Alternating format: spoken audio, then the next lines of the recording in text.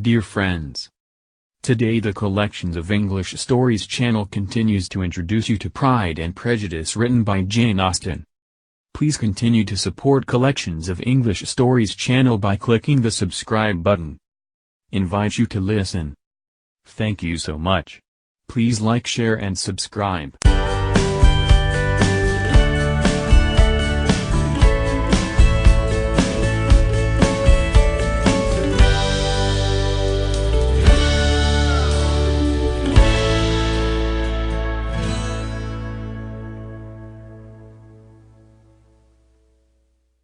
Chapter 20.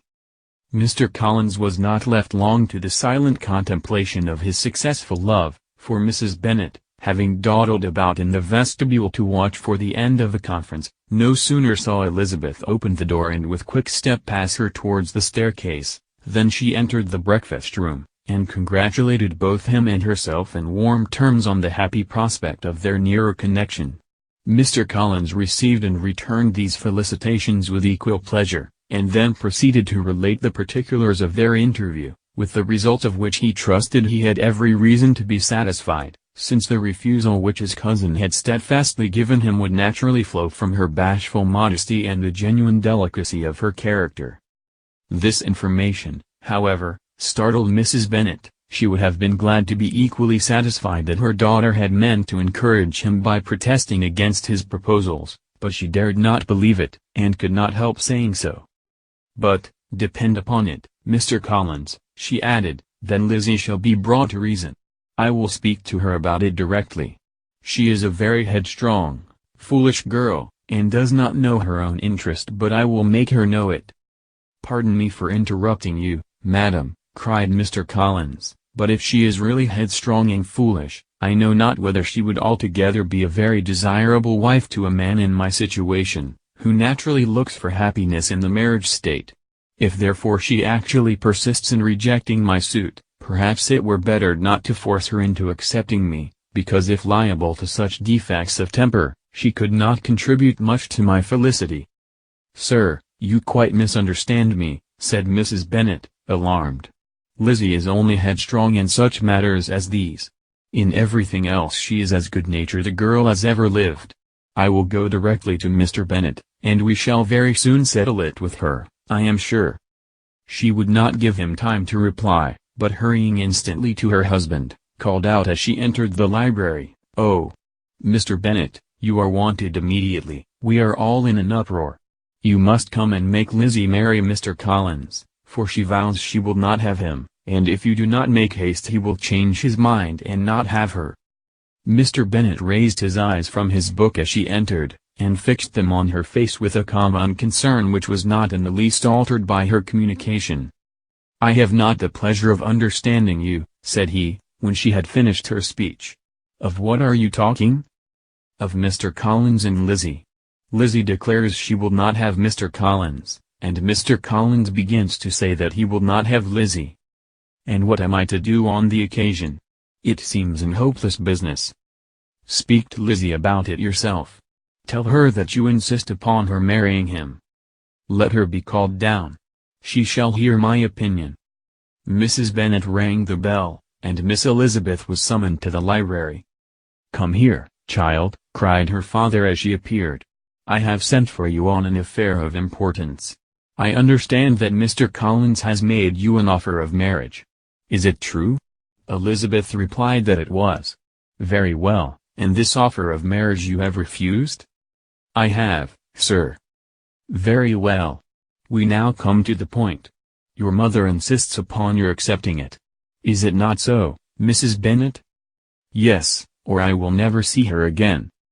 "An unhappy alternative is before you, Elizabeth. From this day you must be a stranger to one of your parents.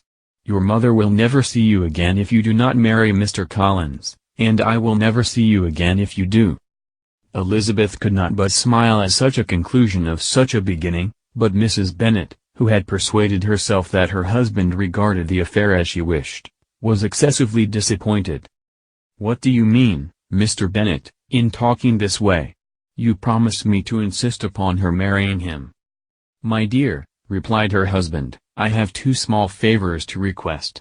First, that you will allow me the free use of my understanding on the present occasion, and secondly, of my room.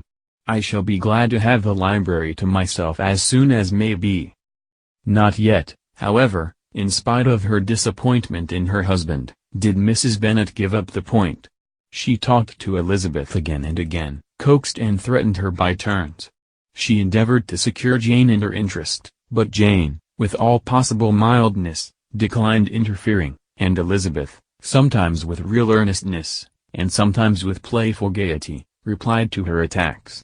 Though her manner varied, however, her determination never did. Mr. Collins, meanwhile, was meditating in solitude on what had passed. He thought too well of himself to comprehend on what motives his cousin could refuse him, and though his pride was hurt, he suffered in no other way. His regard for her was quite imaginary, and the possibility of her deserving her mother's reproach prevented his feeling any regret. While the family were in this confusion, Charlotte Lucas came to spend the day with them. She was met in the vestibule by Lydia, who, flying to her, cried in a half-whisper, "I am glad you're come, for there is such fun here. What do you think has happened this morning? Mr. Collins has made an offer to Lizzie, and she will not have him." Charlotte hardly had time to answer, before they were joined by Kitty, who came to tell the same news, and no sooner had they entered the breakfast-room, where Mrs. Bennet was alone, than she likewise began on the subject, calling on Miss Lucas for her compassion, and entreating her to persuade her friend Lizzie to comply with the wishes of all her family. "Pray do, my dear Miss Lucas," she added in a melancholy tone, "for nobody is on my side, nobody takes part with me. I am cruelly used, nobody feels for my poor nurse." Charlotte's reply was spared by the entrance of Jane and Elizabeth. "Aye, there she comes," continued Mrs. Bennet, looking as unconcerned as may be, and caring no more for us than if we were at York, provided she can have her own way. "But I tell you, Miss Lizzie, if you take it into your head to go on refusing every offer of marriage in this way, you will never get a husband at all, and I am sure I do not know who is to maintain you when your father is dead. I shall not be able to keep you, and so I warn you. I have done with you from this very day. I told you in the library, you know, that I should never speak to you again, and you will find me as good as my word. I have no pleasure in talking to undutiful children. Not that I have much pleasure, indeed, in talking to anybody. People who suffer as I do from nervous complaints can have no great inclination for talking. Nobody can tell what I suffer. But it is always so. Those who do not complain are never pitied." Her daughters listened in silence to this effusion, sensible that any attempt to reason with her or soothe her would only increase the irritation. She talked on, therefore, without interruption from any of them, till they were joined by Mr. Collins, who entered the room with an air more stately than usual, and on perceiving whom, she said to the girls, "Now, I do insist upon it, that you, all of you, hold your tongues, and let me and Mr. Collins have a little conversation together." Elizabeth passed quietly out of the room, Jane and Kitty followed, but Lydia stood her ground, determined to hear all she could, and Charlotte, detained first by the civility of Mr. Collins, whose inquiries after herself and all her family were very minute, and then by a little curiosity, satisfied herself with walking to the window and pretending not to hear. In a doleful voice Mrs. Bennet began the projected conversation. "Oh, Mr. Collins." "My dear madam," replied he, "let us be forever silent on this point. Far be it from me," he presently continued, in a voice that marked his displeasure, "to resent the behavior of your daughter. Resignation to inevitable evils is the duty of us all, the peculiar duty of a young man who has been so fortunate as I have been in early preferment, and I trust I am resigned. Perhaps not the less so from feeling a doubt of my positive happiness had my fair cousin honored me with her hand, for I have often observed that resignation is never so perfect as when the blessing denied begins to lose somewhat of its value in our estimation. You will not, I hope, consider me as showing any disrespect to your family, my dear madam, by thus withdrawing my pretensions to your daughter's favor, without having paid yourself and Mr. Bennet the compliment of requesting you to interpose your authority in my behalf. My conduct may, I fear, be objectionable in having accepted my dismission from your daughter's lips instead of your own. But we are all liable to error. I have certainly meant well through the whole affair. My object has been to secure an amiable companion for myself, with due consideration for the advantage of all your family, and if my manner has been at all reprehensible, I here beg leave to apologize.